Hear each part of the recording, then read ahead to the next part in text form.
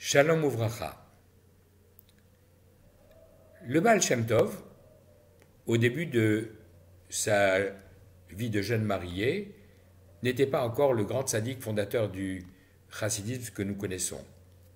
Il vivait de manière très modeste et pour assurer la subsistance de sa famille, il avait une carriole et un vieux cheval. La carriole, avec l'aide de sa femme qui n'avait pas été habituée à ces durs travaux, mais qui l'aidait avec sa pelle, la carriole servait à transporter le sable et le ciment qu'il amenait en ville pour le vendre et gagner les quelques pièces nécessaires à leur subsistance. Quelquefois, il partait des semaines entières allant d'une ville à l'autre, comme les pauvres airs qu'on trouvait ainsi dans de tels déplacements. Le cheval finit par vieillir et par ne plus être capable de tirer la charrette. C'était un gros problème pour le Baal Shem Tov. Il s'en ouvert auprès de ses amis d'infortune qui lui dirent, tu sais, à Ouman, il y a un riche propriétaire foncier qui non seulement accueille à bras ouverts tous les gens qui sont en difficulté, tous les nécessiteux, en leur donnant l'aide qu'ils souhaitent, mais il a tellement de bêtes à sa disposition que si quelqu'un a un problème avec son cheval, alors il est prêt à l'échanger contre un de ses chevaux qui ne sont plus capables de tirer la charrue, mais qui sont encore tout à fait bien pour le genre de travail que tu fais avec. Alors, le Baal Shem Tov, sans hésiter, prend la direction de Ouman avec sa femme, une grande partie du chemin à pied parce que le cheval n'est plus capable de les tirer et de les transporter, et ils finissent par arriver donc chez Reb Baruch, le propriétaire en question, qui les accueille comme il le fait toujours, les bras ouverts, leur fait servir un repas chaud et leur donne une chambre. Mais il faut savoir que Reb Baruch, lorsqu'il voyait un couple sans enfants, pour éviter des problèmes, mettait l'homme et la femme dans des chambres séparées. Il s'en excuse par avance auprès du Baal Shem Tov qui comprend tout à fait. Le Baal Shem Tov lui explique le problème de son cheval. C'est pas un souci. Il donne aussitôt l'ordre à ses serviteurs de trouver une bête en assez bon état pour faire l'échange. Le Baal Shem Tov décide de rester quelques jours pour reprendre des forces et de repartir tout de suite après Shabbat. Les 2 repas quotidiens sont assurés. Le Shabbat, tous les pauvres se retrouvent à la table de Reb Baruch. Et donc, Motzei Shabbat, la veille du départ, alors que Reb Baruch a vérifié que tout était en ordre et se prépare à se coucher, qu'est-ce qu'il voit? Par la fenêtre, une grande lumière qui vient de la maison dans laquelle il accueille les familles nécessiteuses. Il a peur qu'il y ait un incendie, il court, se dirige sur la pointe des pieds vers la chambre où se trouve le Baal Shem Tov, et là, regarde par le trou de la serrure, qu'est-ce qu'il voit? Le Baal Shem Tov, assis par terre, les mains levées vers le ciel, en train de réciter Tikkun Chatzot.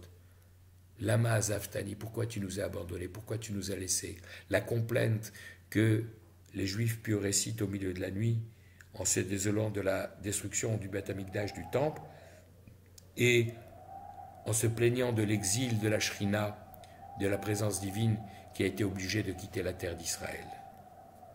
Mais à côté du Baal Shem Tov, debout, il y a un grand personnage habillé de blanc, avec une longue barbe blanche, et tout ça baigné dans une grande lumière tellement forte, tellement impressionnante, que Reb Baruch, toujours regardant par le trou de la serrure, s'évanouit. Le bruit de sa chute dans le couloir surprend le Baal Shem Tov qui ouvre la porte, le trouve, le secoue, essaye de le réanimer, et finalement, lorsqu'il reprend ses esprits, Reb Baruch lui dit, excusez-moi, si j'avais su que vous étiez un personnage tellement important, je ne vous aurais pas reçu dans ces conditions, je vous aurais donné tout le kavod, tout le respect qui vous était dû.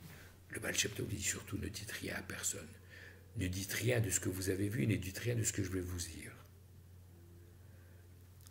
Alors Reb Baruch lui dit, excusez mon audace, mais permettez-moi une question. Qui était cet homme vêtu de blanc qui était debout à côté de vous? Avec un sourire, le Baal Shem Tov lui dit, puisque vous avez déjà eu le mérite de le voir, je vais vous dire qu'il s'agit du Maharal de Prague. Rabbi Ariel Lev, votre prestigieux ancêtre qui est revenu pour m'annoncer que pour terminer son parcours sur la terre et réparer ce qui doit l'être, il va se réincarner dans le fils que vous allez avoir, vous et votre femme, dans l'année qui vient. Et pour cela, il y a deux conditions. La première, c'est que vous nommiez cet enfant Ariel Lev, comme lui. Et la deuxième, c'est qu'à la différence des filles que vous avez eues jusqu'à présent et qui ont été nourries par des nourrices à qui votre épouse les avait confiées, ce garçon-là soit allaité directement par sa mère parce qu'il est destiné à une grande mission. Au début de sa vie, il sera un tzaddik nistar, un juste caché, et qui devra attendre, comme moi je suis encore en train de le faire, l'autorisation de se révéler au monde. Et un jour, il deviendra un grand en Israël. Puisque j'ai eu l'audace déjà de commencer à parler, une autre question, permettez-moi, comment vous appelez-vous? Où habitez-vous? Que je puisse au moins vous aider, subvenir à vos besoins, que vous n'ayez plus besoin d'aller comme ça sur les routes. Le Baal Shem Tov lui dit, il n'en est pas question. Je vous rappelle ma demande de ne rien dire de ce que vous avez vu, de ne rien dire de ce que je vous ai dit. Gardez ce secret pour vous. De toute manière, le moment venu, je reviendrai pour assister à la Mila de votre enfant. Alors, le Baal Shem Tov, le lendemain, comme prévu, prend la route. Comme annoncé, Rachel, la femme de Reb Baruch, devient enceinte et dans l'année, elle donne naissance à un magnifique petit garçon. Imaginez la joie du couple, imaginez la joie de la maisonnée, et immédiatement il fait annoncer dans toutes les villes environnantes que tout le monde, y compris les familles nécessiteuses, sont invités à la circoncision, à assister au repas qui suivra. Il espère ainsi retrouver son curieux et prestigieux visiteur.